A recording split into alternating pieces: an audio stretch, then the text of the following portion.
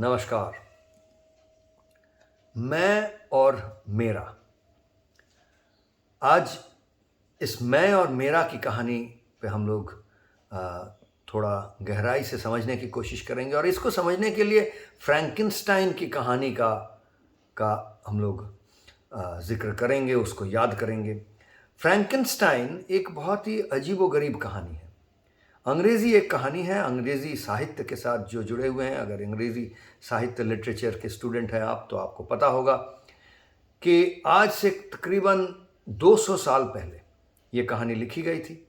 ये 2021 है, या 1818 में ये पहली बार कहानी पब्लिश हुई थी। जब कहानी पब्लिश हुई थी तब जिसने लिखा था, जो लिखी थी इस कहानी को, उनका नाम भी नहीं उस किताब में लिखा गया था। फिर 2 साल बाद जब सेकंड एडिशन निकला तब लोगों को पता चला कि इसको कहानी को लिखी कौन है। तो इसमें एक कैरेक्टर ऐसा है इस कहानी में, जिस कैरेक्टर का नाम है विक्टर फ्रैंकेनस्टाइन। तो विक्टर फ्रैंकेनस्टाइन एक वैज्ञानिक है और वो एक ऐसा, और ये कहानी जो है पूरा, ये साहित्य जो है, जो किताब है, इसको बहुत लोग पहला साइंस फिक्शन मानते हैं। साइंस फिक्शन यानी वैज्ञानिक काल्पनिक कहानी जो वैज्ञानिक हो, यानी कि जिसका आगे चलते हुए वो विज्ञान जब कल्पना से प्रकाशित होकर सही निकल जाता है और वो विज्ञान धरातल में आ पहुंचता है और वो जो काल्पनिक है वो वस्तुतः सही हो जाता है। तो ऐसा हुआ है बहुत समय। तो ये सब को हम लोग साइंस फिक्शन कहा जाता है, या वैज्ञानिक काल्पनिक कहानी।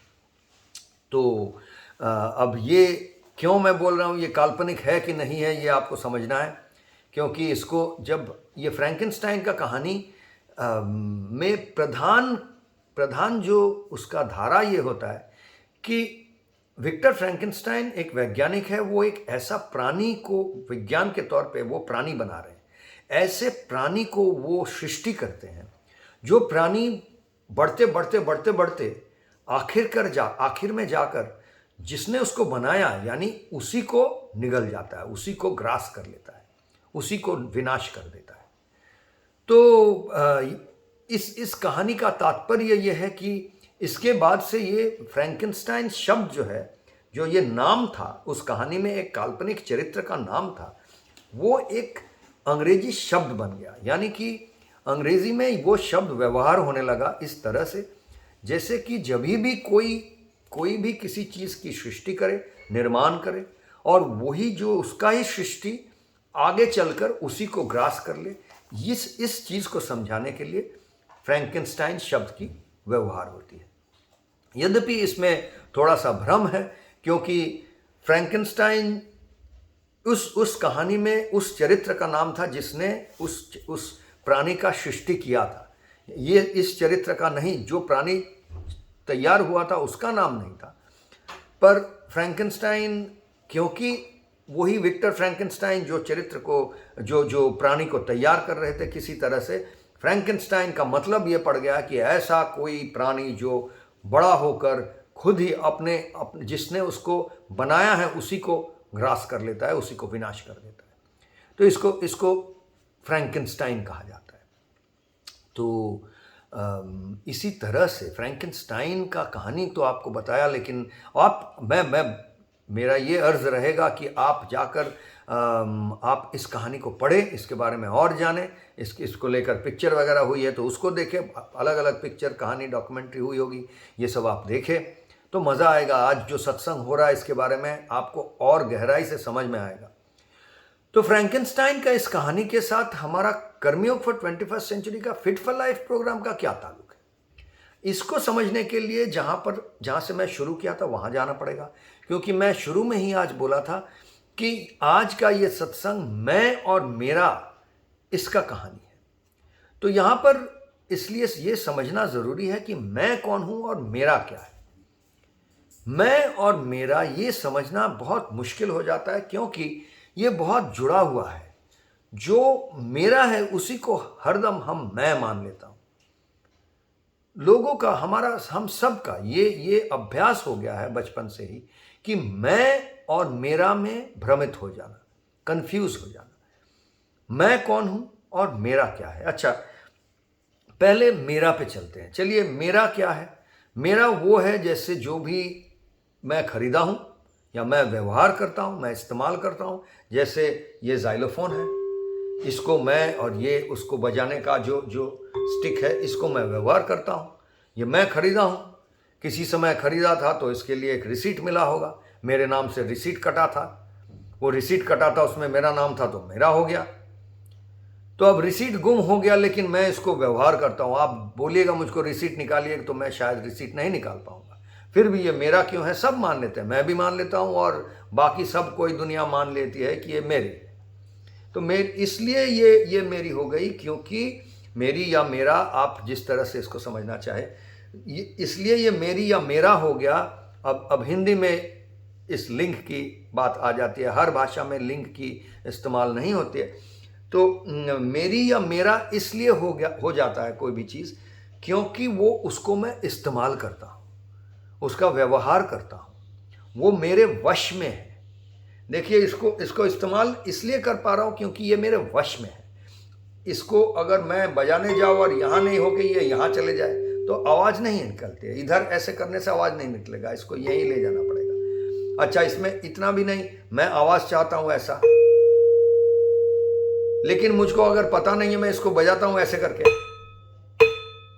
तो आवाज़ दूसरा होता है। मैं ये आवाज़ नहीं चाहता हूँ, लेकिन मेरे वश में नहीं है, मैं सीखा नहीं हूँ, तो मेरा ऐसा ही आवाज़ निकलेगा इससे। जबकि जब दूसरा कोई बजाता है तो सुनता हूँ कि ऐसा आवाज़ निकल रहा है।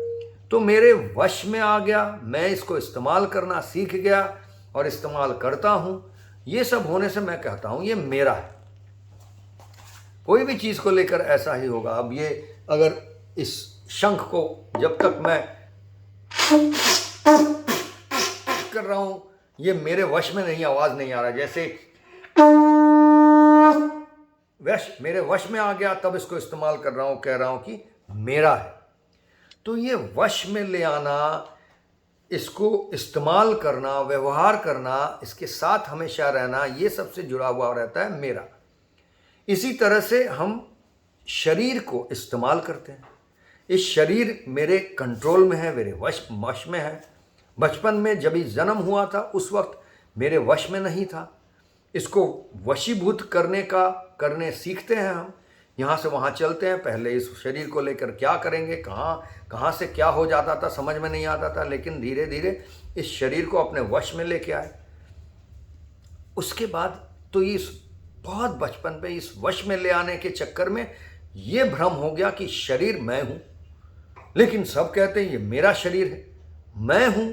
हाँ, ऐसे दिखाते हैं, मैं दिखाते हैं इस शरीर को, लेकिन ये भी कहते हैं ये मेरा शरीर है। मेरा शरीर है तो मैं कहाँ है, कहाँ गया भाई, कौन सा मैं है जिसका ये शरीर है। इसी तो अब आप बोलेंगे नहीं, वो जो आपका मन है ना, वो है, वो मैं हूँ, लेकिन वो आप है, या वो मेरा जो मन है वो मैं हूँ, उस मन का शरीर है। भाई, मन को भी तो मेरा मन कहते हैं। मेरा मन खराब है, अभी मन खराब हो गया, अभी मन बड़ा प्रसन्न है, तो ये मेरा मन है, वो भी मेरा है, तो मैं कौन हूँ। तो इस तरह से जब हम ढूंढते हैं, मैं को ढूंढते हैं कि ये मैं कहाँ है, कहाँ रहता है, किस जगह मिलेगा, तो हर चीज़ में मेरा ही मिलता है और मैं नहीं मिलता है। जब इसको लेकर इस ढूंढने की प्रक्रिया में हम जूझते हैं, तब हमारा साधना का जो ये पद्धति है वो परिपूर्ण होता है। इसलिए ये कर्मयोग फॉर 21st सेंचुरी के साथ हम जोड़ रहे हैं फ्रैंकेनस्टाइन का कहानी। क्योंकि जो भी मेरा है उसको तो मैं उत्पन्न किया हूं, मैं उसका सृष्टि करता हूं। जो भी मेरा है, मेरा शरीर को मैं वशीभूत किया, तब मैं बोलने लगा कि ये मेरा शरीर है। तो ये मेरा जो भी है उसका उत्पन्न करता, उसका सृष्टि करता मैं हूं, उसका मालिक मैं हूं, तभी कह रहा हूं मेरा है। लेकिन ये मेरा के साथ कंफ्यूज होके कुछ दिन बाद वो मेरा को ही मैं समझ लेता हूं, मैं को भूल ही जाता हूं। तो मेरा जो है वो आके मैं को ग्रास कर लेता है, मैं को ढूंढ के मिलता ही नहीं है कहीं। तो कहता हूं कि जो भी मेरा पसंद है, उन पसंद से मैं को समझता हूं, वो पसंद ही जो पसंद है उसको कोई छीन लेता है तो लगता है कि मुझको ही छीन लिया, मैं नहीं रहा। आपको सिगरेट पीना पसंद है तो कल से सिगरेट आपसे कोई छीन लिया तो आपको लगता है कि मैं ही छीन गया, मैं नहीं रहा। देखिए, वो आपका पसंद था, मेरा पसंद। आप नहीं थे, वो मैं नहीं था। अगर मेरा पसंद था वो छिन गया मुझसे, तो मैं नहीं छिन गया, मेरा पसंद छिन गया। लेकिन भ्रम ऐसा है कि मैं छिन गया, उसके लिए मैं छल कपट दौड़ भाग स्ट्रेस टेंशन मार पीट हर कुछ करूंगा कि जो मेरा था, मेरा पसंद था, वो वापस आ जाए। क्यों? क्योंकि लगता है कि मैं चला गया, मैं खो गया, मैं को ही ले गया, मैं ही नहीं रहा, मेरा पसंद चला गया तो मैं नहीं रहा। तो ये जो भ्रम है मेरा, और तो इसीलिए फ्रैंकेनस्टाइन का जिक्र किया था कि मेरा का सृष्टिकर्ता मैं हूं, मेरा पसंद तो मैं ही तैयार किया था। जो भी मुझे पसंद है वो कहां से आया? मैं उसे उत्पन्न किया। तो वो सब जो पसंदीदा चीज को उत्पन्न किया, अभी वो पसंद इतना बड़ा हो गया कि मैं को भूल के ये सोचने लगा कि ये पसंद ही मैं हूं, मेरी पसंद ही मैं हूं। तो वो पसंद के पीछे भागने लगा। मैं उसको पकड़ के सोच लिया कि वही मैं हूं। वो उसको पकड़ के उसके जरिए मैं को ढूंढने लगा और मैं को समझने लगा। तो ये इससे निकलने का पद्धति है हमारा साधना।